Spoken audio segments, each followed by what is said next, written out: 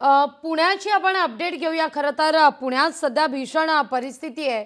अमोल, अनेक नागरी वस्त्यांमध्ये पाणी शिरलेलं आहे। एकता नगर या ठिकाणी केवळ पाणी पाहायला मिळतंय पार्किंगमध्ये, की आणखीनही अशी काही ठिकाणं आहेत पुण्यामध्ये जिथं मात्र पाणी साचलेलं आहे खडकवासल्यातून मोठ्या प्रमाणावर विसर्ग सोडल्यानंतर? त्या अनुषंगानं काय खबरदारी विशेष बाळगली जाते पुणेकरांकरता? काही आपत्कालीन क्रमांक या ठिकाणी मदतीकरता म्हणून जारी करण्यात आलेला आहे का? या सगळ्याविषयी काही अपडेट, कारण खबरदारी म्हणून वीज पुरवठा सुद्धा बहुतांश ठिकाणी खंडित करण्याचा निर्णय घेण्यात आलेला आहे।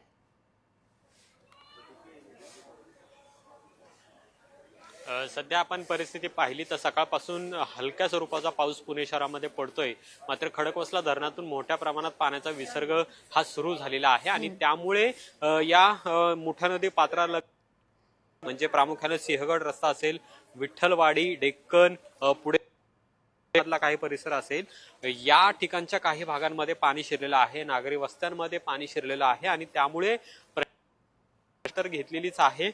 मात्र सध्या तरी तुर्तास कुठेही आपत्कालीन नाहीये। अशा पद्धतीने जे पाणी सोसायट्यांमध्ये शिरलेलं आहे तिथल्या अगदी तुर्तास धन्यवाद अमोल, तुम्ही दिलेल्या एकूणच सविस्तर माहिती करता। सचिन, उमेश आणि अर्थातच महेश, तुमच्या तिघांचे देखील आभार तुम्ही दिलेल्या या सविस्तर माहिती करता। लोकशाही मराठी ऐका, पहा, जागरूक रहा।